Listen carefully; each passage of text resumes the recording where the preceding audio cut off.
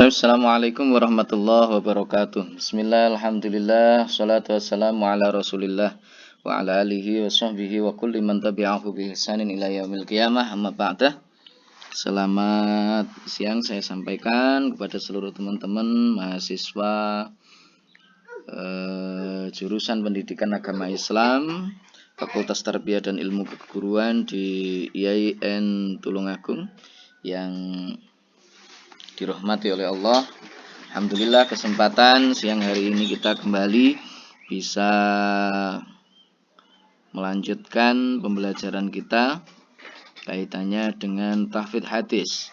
Baik teman-teman, untuk minggu ini hadis yang menjadi harapan saya untuk teman-teman hafalkan adalah hadis yang berkenaan dengan teguran keras berdusta atas nama Rasulullah Shallallahu Alaihi Wasallam. Bismillahirrahmanirrahim. Saya bacakan terlebih dahulu. Bismillahirrahmanirrahim. An Amir bin Abdullah bin Zubair an abihi qala Qultu lizubairi ma yamna'uka an tuhadditha an Rasulillah sallallahu alaihi wasallam kama yuhaddithu anhu ashabuhu faqala ama wallahi laqad kana li minhu wajhun wa manzilatun walakinni sami'tuhu yaqulu man kadzdzaba alayya muta'ammidan falyatabawwa maq'adahu minan nar rawahu Abu Daud. Ya ulang. An Amir bin Abdullah ibn Zubair an abihi qala qultu lizubairi ma yamna'uka an tuhadditha an Rasulillah sallallahu alaihi wasallam kama yuhaddithu anhu ashabuhu faqala ama wallahi laqad kana li minhu wajhun wa manzilatun walakinni sami'tuhu yaqulu man kadzdzaba alayya muta'ammidan falyatabawwa maq'adahu minan nar rawahu Abu Daud. Saya ulang untuk yang ketiga kalinya.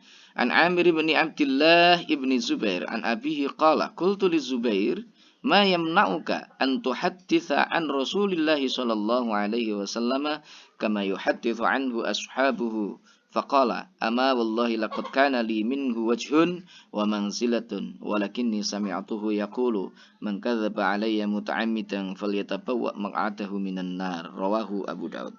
Artinya dari Amir bin Abdullah bin Az-Zubair dari ayahnya ia berkata, aku tanyakan kepada Az-Zubair, apa yang menghalangimu untuk menceritakan dari Rasulullah Shallallahu Alaihi Wasallam sebagaimana yang diceritakan para sahabatnya. Kemudian ia menjawab, sungguh aku mempunyai posisi dan kedudukan di sisi Rasulullah Shallallahu Alaihi Wasallam.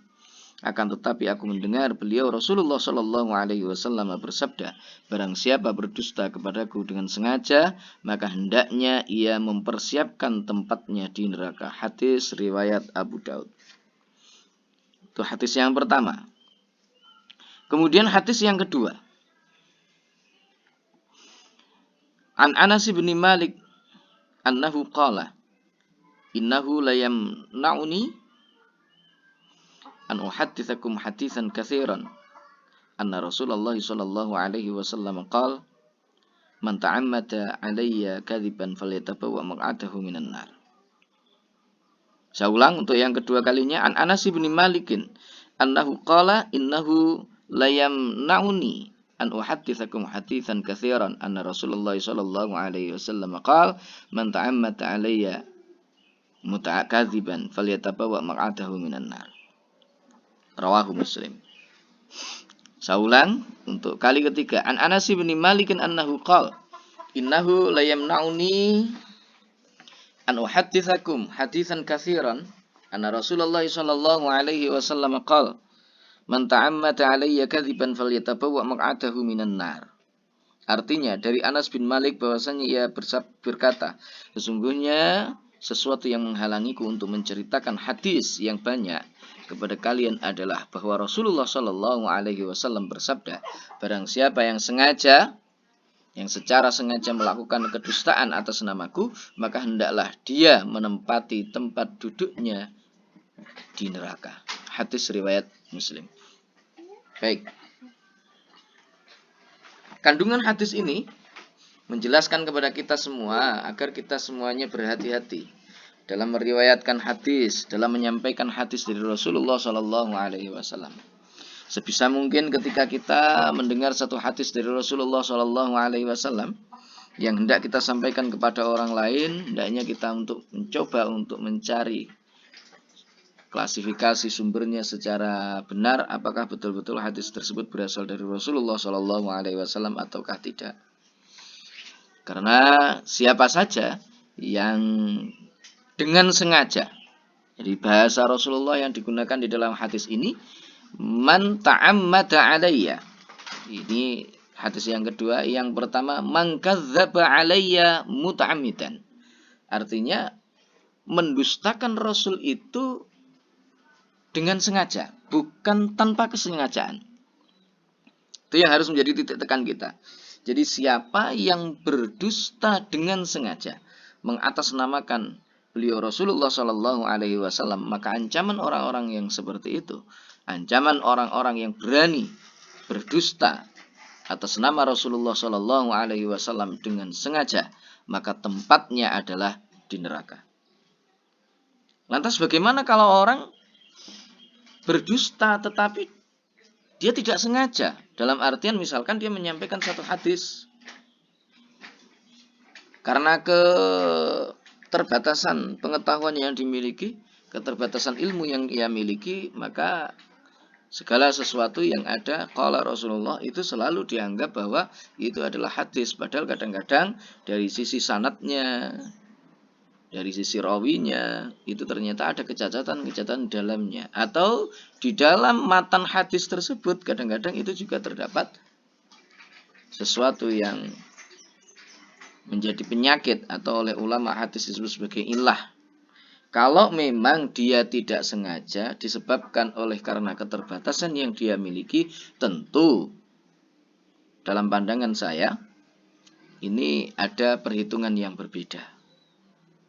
Ada perhitungan yang berbeda. Karena sekali lagi bahasa Rasulullah yang digunakan di dalam hadis ini adalah man ta'ammada alayya kadziban.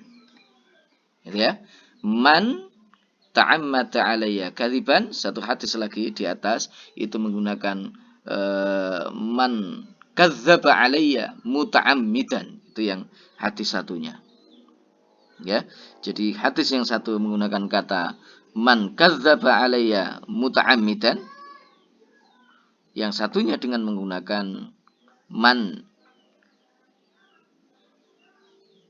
ta'ammada alayya kadziban. Artinya ada unsur kesengajaan di situ.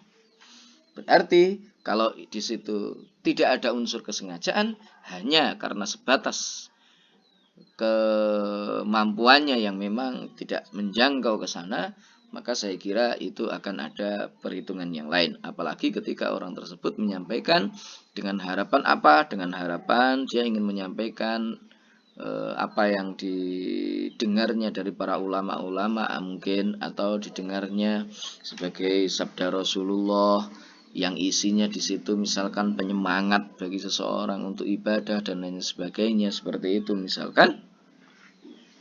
Karena kecintaan kepada Allah, kecintaan kepada Rasulullah, dan karena ingin balighu anni walau ayahnya, maka saya kira itu akan ada perhitungan tersendiri. Tapi wallahu a'lam bishawab. Sekali lagi, Allahu a'lam bishawab. Allah yang lebih tahu bagaimana hukum orang yang seperti itu. Yang jelas dilihat dari sisi sudut zahir hadis ini yang dimaksudkan orang-orang yang nanti diancam oleh Allah akan ditempatkan di neraka melalui lisan Rasulullah SAW. Ya, itu yang diancam supaya milih tempatnya di neraka itu adalah orang-orang yang berdusta atas nama Rasulullah SAW dengan sengaja. Sekali lagi, redaksi hadisnya menunjukkan man kadzdzaba alayya muta'ammidan, yang satu, dan yang satunya itu lagi adalah man ta'ammada alayya kadziban. Sehingga di situ yang menjadi taksis, titik tekannya itu adalah pada unsur kesengajaan untuk berdusta. Maka orang yang sengaja berdusta atas nama Rasulullah SAW, ancamannya adalah ditempatkan di neraka. Wallahu a'lam bishawab. Semoga bermanfaat khususnya bagi pribadi saya, umumnya kepada kita semua dan juga seluruh yang menyaksikan atau mendengarkan video tentang tahfidz hadis, yakni kaitannya dengan teguran keras berdusta atas nama Rasulullah Shallallahu Alaihi Wasallam. Semoga kita dilindungi oleh Allah Subhanahu wa taala, selalu mendapatkan hidayah dan taufiknya, selalu mendapatkan syafaat dari Rasulullah Shallallahu alaihi wasallam, sehingga kita bisa berjalan di jalan yang benar, siratal mustaqim, siratal ladzina an'amta alaihim ghairil maghdubi alaihim waladdallin. Amin. Wallahul muwaffiq ila aqwamit thoriq. Billahi taufiq wal hidayah wa minar rasul sallallahu alaihi wasallam asy-syafa'ah wa tarbiyah wa min Ghaus radhiyallahu an an-nadrah wal barakah wal karamah. Wassalamu alaikum warahmatullahi wabarakatuh.